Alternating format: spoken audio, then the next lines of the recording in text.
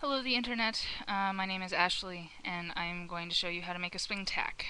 It's a little sewing thing you can do if you need to make a buttonhole or a button loop rather. Holes are different. Uh, or if you need to make a belt loop, or if you want to secure a lining to a garment but you don't want it to be like super close, you want it to have some swing. So, what you need is a thread on a needle and a knot at the end of that thread. Now I have it doubled because that will make this more secure, make it a little stronger, and it will help keep things together better.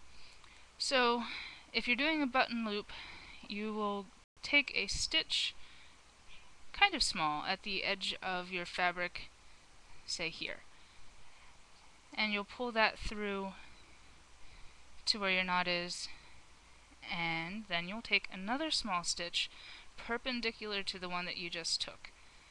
So, like that. Tail of thread rather, rest of thread that's connected to the needle. And this one you will not pull all of the way through. You will leave this loop right here, because that is how we make the swing tack. Now the swing tack, it's just a chain. You are taking the thread that you've got the needle on still and pulling a loop through the first loop. And you pull another loop through, and you see where this is going. So you do this for as long as you need the chain to be.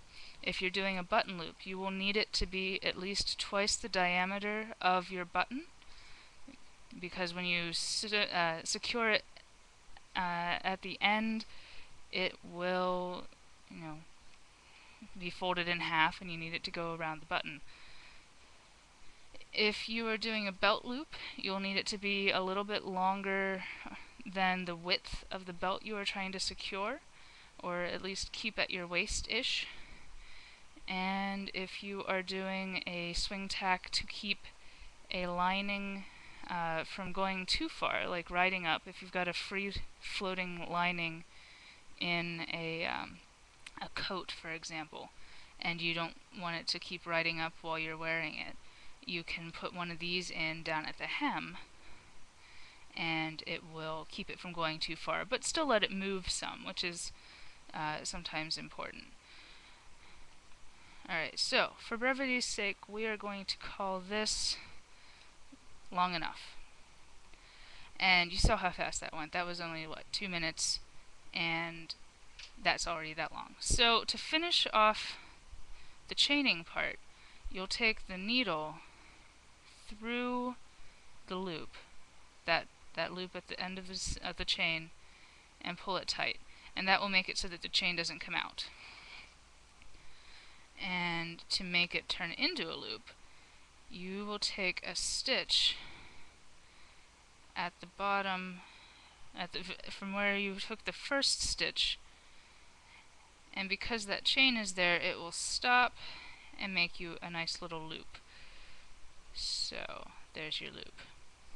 Now here on the other side, you've got your tail from the first stitch you took, and here's the one with the needle. Now one of the ways you can finish off a button loop like this is tie the thread with the needle in a knot with the tail of the first stitch. Alternately, you could take a couple securing stitches if that's more how you roll. Either will secure the button loop pretty darned well. And that's what you want. You want something to keep it together.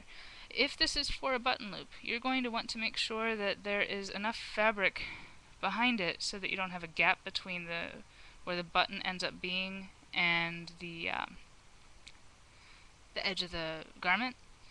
So you'll need to make sure there's an overlap behind it. You'll want the button to be about here, and you see how much fabric's behind it.